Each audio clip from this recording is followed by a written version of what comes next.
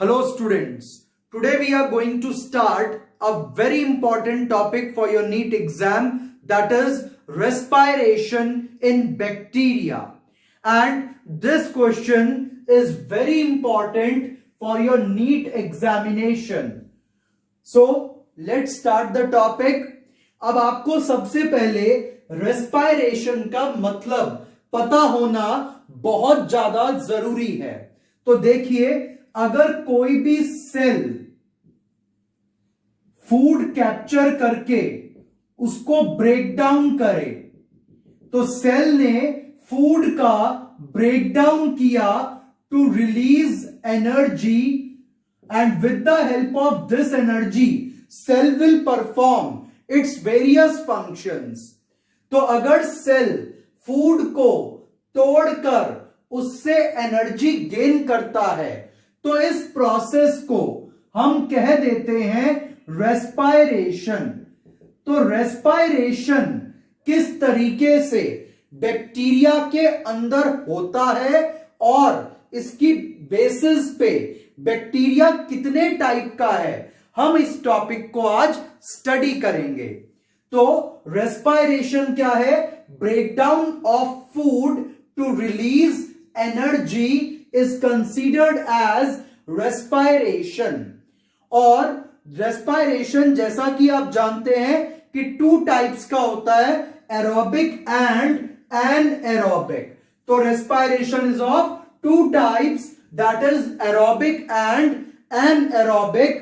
and in case of aerobic respiration oxygen is must। तो aerobic respiration को क्या चाहिए? ऑक्सीजन। और एनारोबिक के केस में ऑक्सीजन की जरूरत नहीं पड़ती है। तो एरोबिक रेस्पायरेशन में होता क्या है, इसके स्टेप्स क्या हैं, हमें पहले वो समझना है। तो देखिए, ये हमारे पास एक बैक्टीरियल सेल है या बैक्टीरिया है, और इस बैक्टीरियल सेल के अंदर जब फूड आएगा, सपोज करते हैं कि फूड आया ग्लूकोज, तो ये ग्लूकोज पहले टूटेगा पायरूवेट में with the help of a cycle called glycolysis.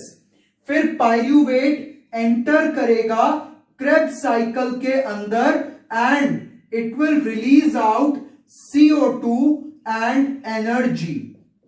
और साथ में यहां पर ही एक प्रोसेस और होगी जिससे इस एनर्जी को ATP में कन्वर्ट किया जाएगा, and that process is electron transport chain and oxidative phosphorylation. तो सबसे पहले ग्लूकोज को पायरूवेट में तोड़ा, तो इस प्रोसेस को कहेंगे ग्लाइकोलाइसिस। फिर पायरूवेट क्रेब्स साइकिल के थ्रू CO2 में कन्वर्ट हुआ और एनर्जी भी रिलीज करी। एनर्जी सेल को चाहिए इन फॉर्म ऑफ ATP, जिसके लिए क्या चलाना पड़ेगा? ETC and oxidative phosphorylation. तो ये सभी स्टेप्स करने के बाद we will get energy in form of ATP।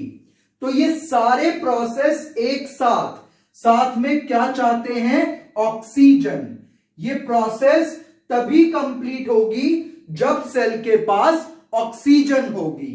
तो ऐसे रेस्पायरेशन को हम क्या बोलेंगे? Aerobic respiration. और ये सभी स्टेप्स कहां कहां चलते हैं उसको भी देखते हैं। तो ग्लाइकोलाइसिस होगा in the cytoplasm of cell, and then Krebs cycle, बाकी के सेल्स में क्रेब्स साइकिल माइटोकॉन्ड्रिया में होती है, लेकिन यहां पर कहां होगी? साइटोप्लाज्म के अंदर, क्योंकि बैक्टीरिया में माइटोकॉन्ड्रिया नहीं होता है। नेक्स्ट, ETC एंड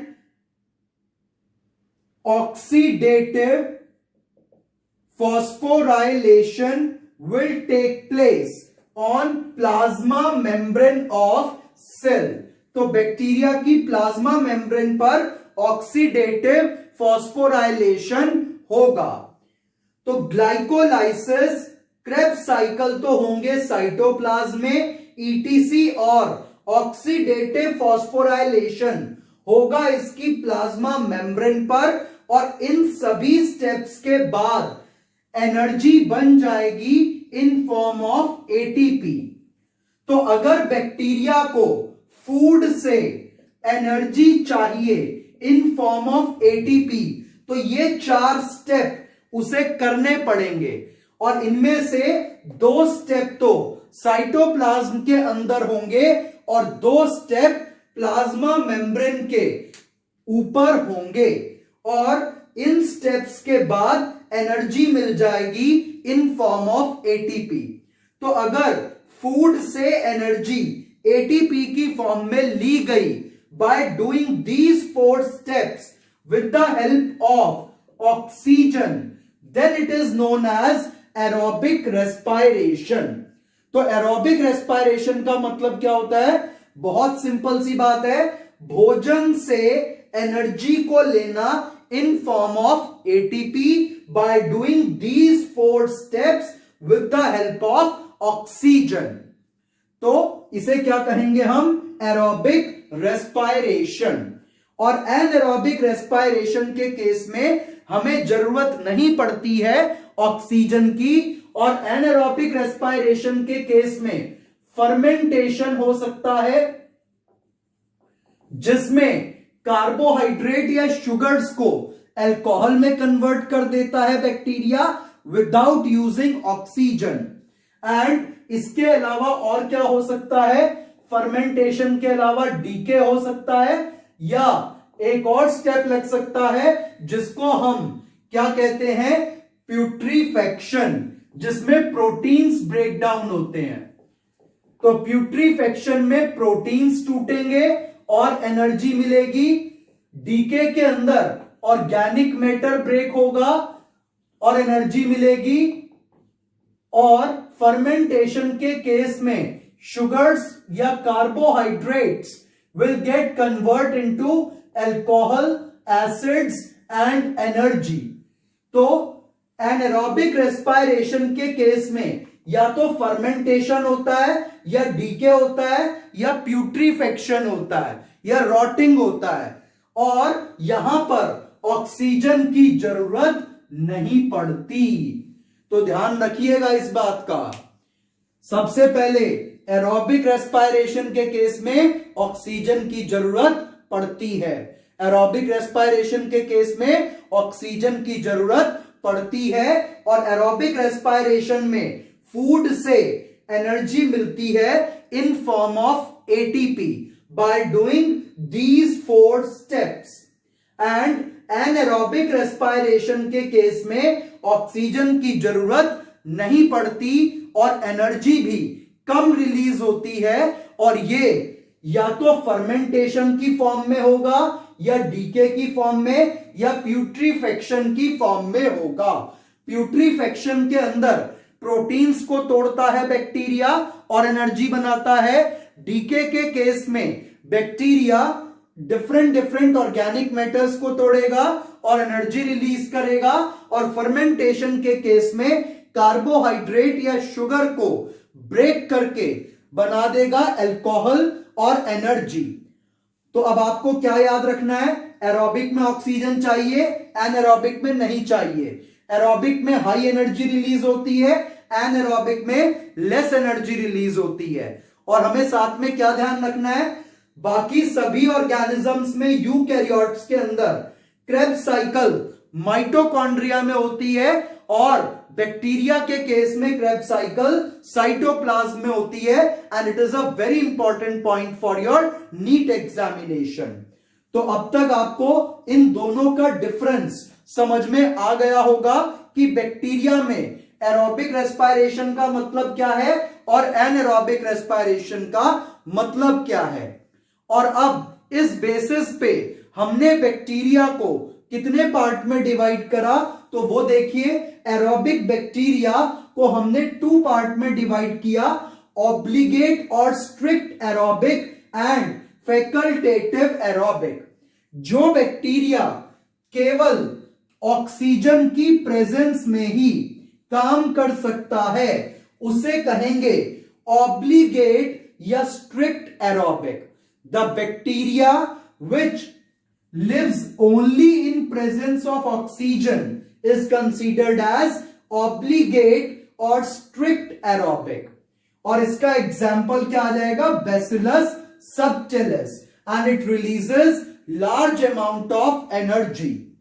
और फैकल्टेटिव एरोबिक के केस में बैक्टीरिया रहता तो है ऑक्सीजन की प्रेजेंस में, फूड तो ब्रेक करेगा ऑक्सीजन की प्रेजेंस में, लेकिन अगर बाई चांस कभी ऑक्सीजन ना मिल पाई तो ये एनएरोबिक रेस्पायरेशन भी कर लेता है।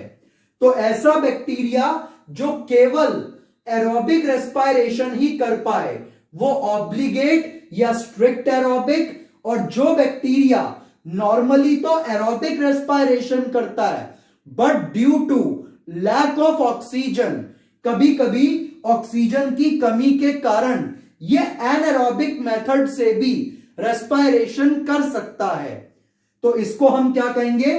Facultative aerobe. The next category is anaerobic bacteria. और एनएरोबिक बैक्टीरिया भी दो टाइप का है, जो बैक्टीरिया केवल रेस्पायरेशन करे एनएरोबिकली, जो बैक्टीरिया केवल एनएरोबिकली रेस्पायर करे वो कहलाएगा ऑब्लिगेट या स्ट्रिक्ट एनएरोब। और जो बैक्टीरिया जनरली तो एनएरोबिकली रेस्पायर करता है बट अगर ऑक्सीजन की अच्छा अमाउंट प्रेजेंट है तो वो एरोबिक रेस्पायरेशन भी कर सकता है, फॉर एग्जाम्पल क्लोरोबियम, और उसे हम क्या कहेंगे? Facultative anaerobic. तो अब तक आपने क्या क्या समझा? बैक्टीरिया या कोई भी लिविंग ऑर्गेनिज्म अगर फूड को ब्रेक करके एनर्जी लेता है तो उसको क्या कहेंगे? रेस्पायरेशन।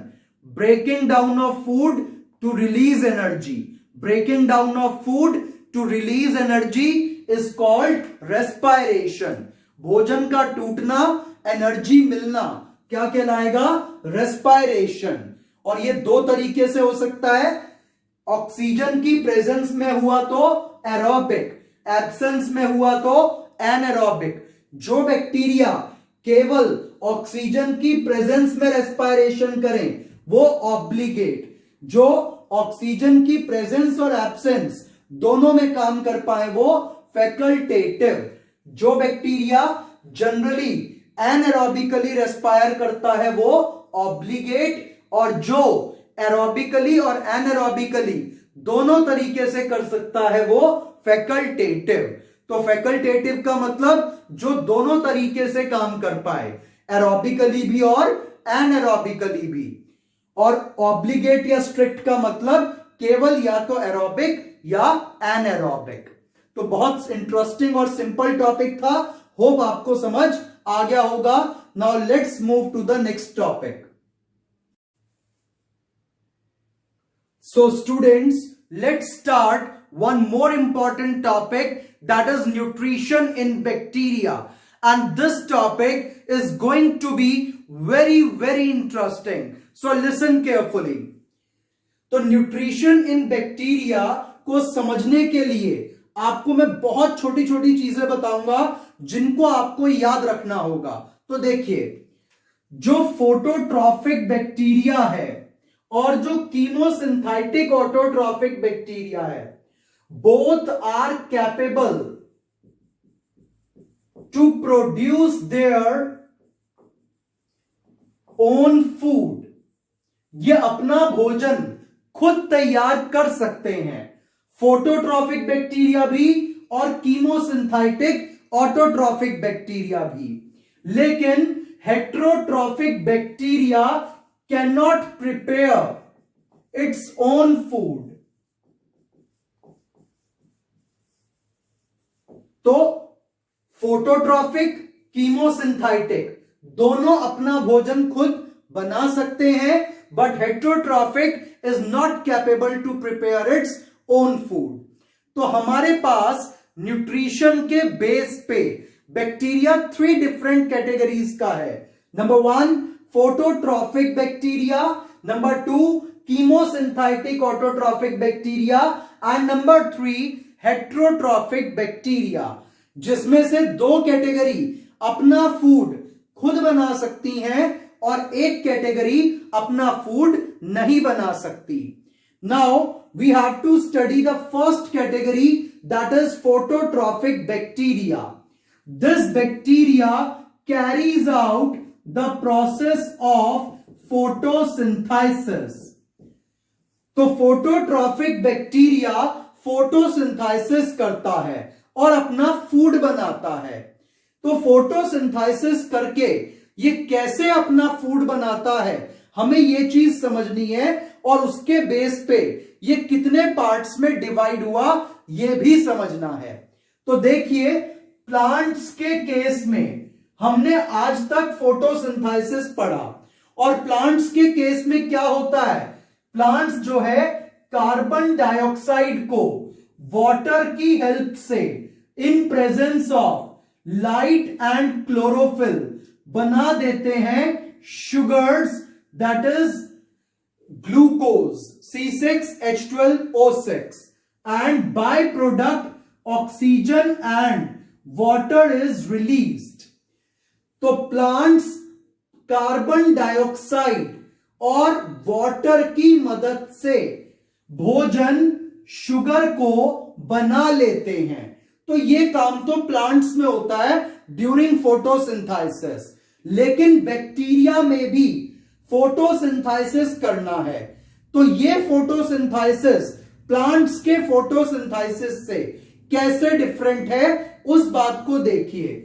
प्लांट्स के केस में CO2 ने वाटर का यूज किया था. यहां पर वाटर की जगह पर इनऑर्गेनिक कंपाउंड्स या फिर हम यूज कर सकते हैं हाइड्रोजन सल्फाइड, और तब जाकर के यहां भी क्लोरोफिल का यूज होगा, लाइट का यूज होगा और यहां भी क्या बनेगी, शुगर, और साथ में क्या रिलीज होगी, सल्फर. तो यहां पर जो गैस रिलीज होती है वो सल्फर होती है and it is an oxygenic process, यानी कि यहां पर ऑक्सीजन रिलीज नहीं होगी, जबकि प्लांट्स में जो फोटोसिंथेसिस होता है दैट इज ऑक्सीजेनिक. तो ये जनरल रिएक्शंस हैं, ये प्रॉपर रिएक्शंस नहीं है, लेकिन आपको एक चीज क्या समझनी है कि प्लांट्स के केस में वाटर का इस्तेमाल किया जाता है तब शुगर बनती है, और बैक्टीरिया के केस में वाटर यूज नहीं होता, हाइड्रोजन सल्फाइड यूज होता है और शुगर बनती है. प्लांट्स में ऑक्सीजन रिलीज होती है और बैक्टीरिया में ऑक्सीजन रिलीज नहीं होती. तो प्लांट्स के अंदर ऑक्सीजन रिलीज करी जाएगी, बैक्टीरिया ऑक्सीजन रिलीज नहीं करेगा एक्सेप्ट साइनोबैक्टीरिया. नाउ हमारे पास जो फर्स्ट कैटेगरी है वो कौन सी है, फोटोट्रॉफिक बैक्टीरिया. क्या करती है, फोटोसिंथेसिस. और ये बैक्टीरिया को हम टू पार्ट्स में डिवाइड करते हैं. One is photolithotrophic and second is photo ऑर्गेनोट्रॉफिक.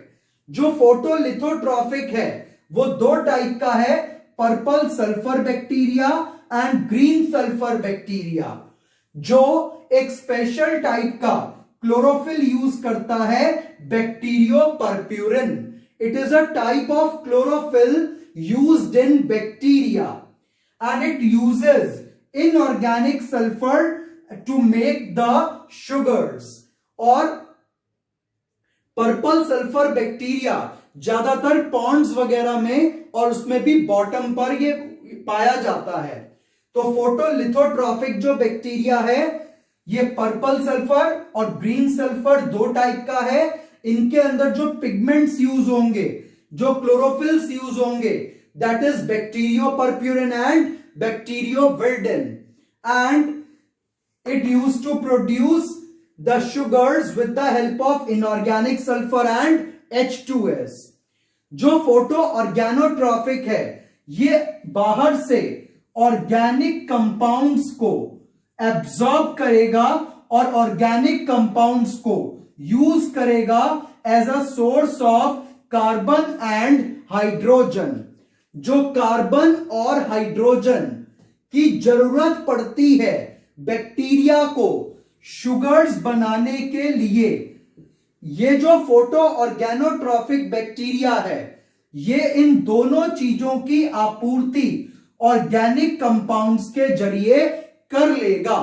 तो देखिए बहुत सिंपल सी बात है, बैक्टीरिया के केस में ये ऑटोट्रॉफिक बैक्टीरिया है, फोटोसिंथेसिस करके खुद अपना फूड बनाएगा, और अगर इसने इनऑर्गेनिक कंपाउंड्स की मदद से like hydrogen sulphide, carbon dioxide, अगर इन कंपाउंड्स की मदद से लाइक H2S, इन चीजों की मदद से अगर अपना फूड मैन्युफैक्चर किया तो कहलाएगा फोटोलिथोट्रॉफिक।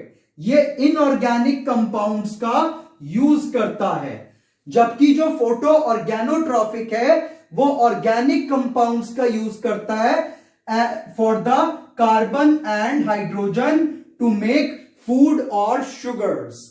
और ये भी दो टाइप का है, purple non sulphur and purple green sulphur, and it uses non sulphur aliphatic organic compounds to produce the sugars. तो अब तक हमने एक कैटेगरी डिस्कस करी, और ये कैटेगरी क्या बता रही है कि बैक्टीरिया फोटोसिंथेसिस कर सकता है। यदि फोटोसिंथेसिस इनऑर्गेनिक कंपाउंड्स की मदद से किया तो फोटोलिथोट्रॉफिक, और यदि ऑर्गेनिक कंपाउंड्स की मदद से किया तो फोटो ऑर्गेनोट्रॉफिक। तो शायद ये आपको समझ में आ गया होगा। तो क्या चीज थी बैक्टीरिया की category number 1, that is phototrophic bacteria, photosynthesis करने की कैपेबिलिटी है, and it is of two types, lithotrophic and organotrophic. Lithotrophic uses inorganic compounds to perform photosynthesis, and photoorganotrophic uses organic compounds to perform photosynthesis। तो ये first category यहां तक थी जिसमें आपको ये पॉइंट समझाए। The next category is chemosynthetic autotrophic. ये भी अपना फूड खुद मैन्युफैक्चर कर सकते हैं, और अगर अपना फूड खुद मैन्युफैक्चर करेंगे तो कैसे, ये स्पेशल कंडीशन है, देखिएगा। ये कोई इनऑर्गेनिक कंपाउंड है, ये ऑक्सीडाइज हुआ, और ऑक्सीडाइज होकर के इसने बना दी एनर्जी। तो एटमॉस्फेयर में एक केमिकल रिएक्शन चल रही है, एटमॉस्फेयर में एक केमिकल रिएक्शन चल रही है, वो ये रिएक्शन है, और इस रिएक्शन में क्या बनी, एनर्जी। अगर बैक्टीरिया इस एनर्जी को ले और लेकर के बना दे अपने लिए फूड, तो इस कंडीशन को हम क्या कहेंगे, इस कंडीशन को हम कहेंगे कि यहां पर हुआ क्या चीज, कीमोसिंथेटिक ऑटोट्रॉफिक कंडीशंस। यानी कि एटमॉस्फेयर में चल रही रिएक्शंस की मदद से अपने लिए भोजन तैयार कर लिया, तो इस कंडीशन को क्या कहेंगे, कीमोसिंथेटिक ऑटोट्रॉफिक बैक्टीरिया। और इस बैक्टीरिया को लाइट की भी जरूरत नहीं पड़ती फॉर प्रिपेयरिंग द फूड।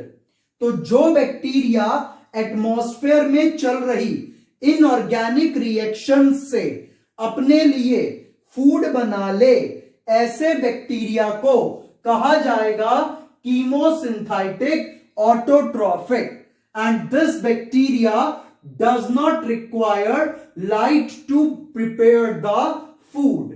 और ये बैक्टीरिया रिसाइकलिंग में भी बहुत मदद करता है, जैसे कि ये रिसाइकल करने में मदद करेगा इनऑर्गेनिक कंपाउंड्स की, जैसे कि हाइड्रोजन, नाइट्रोजन, सल्फर और आयरन, और उसी के बेस पर इसको हमने नाम दे दिया hydrogen bacteria, nitrifying bacteria, sulphur bacteria and iron bacteria.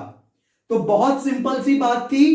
पहली कैटेगरी जो फोटोसिंथेसिस करे, इनऑर्गेनिक कंपाउंड से करे तो फोटोलिथोट्रॉफिक, ऑर्गेनिक कंपाउंड की मदद से करे तो फोटो ऑर्गेनोट्रॉफिक, और इसको लाइट की जरूरत पड़ती है। दूसरी कैटेगरी कीमोसिंथेटिक ऑटोट्रॉफिक, इसको लाइट की जरूरत नहीं है। एटमॉस्फेयर में चल रही, आसपास में चल रही इनऑर्गेनिक रिएक्शन से एनर्जी लेगा और अपने लिए फूड मैन्युफैक्चर कर लेगा, तो क्या कहलाएगा? Chemosynthetic autotrophic. तो ये दोनों टाइप के बैक्टीरिया अपने लिए फूड खुद मैन्युफैक्चर कर रहे थे, इसलिए क्या कहलाएंगे? ऑटोट्रॉफिक। तो अब तक कितनी कैटेगरी करी? दो। पहली जो फोटोसिंथेसिस करे और दूसरी जो कीमोसिंथेसिस करे। फोटोसिंथेसिस में लाइट की जरूरत पड़ेगी, कीमोसिंथेसिस में लाइट की जरूरत नहीं पड़ेगी। Now we have to do the third category, that is heterotrophic bacteria. जो ये हेट्रोट्रॉफिक बैक्टीरिया है, it is also very interesting. तो ध्यान से समझिएगा हेट्रोट्रॉफिक कंडीशन को, ये सबसे ज्यादा पाया जाता है। It is most abundant type of bacteria and this bacteria is divided into three categories. Number 1 saprophytic, 2 symbiotic and 3 parasitic. तो अब देखिए पहली कैटेगरी सेप्रोफिटिक, कि सेप्रोफिटिक बैक्टीरिया क्या करता है।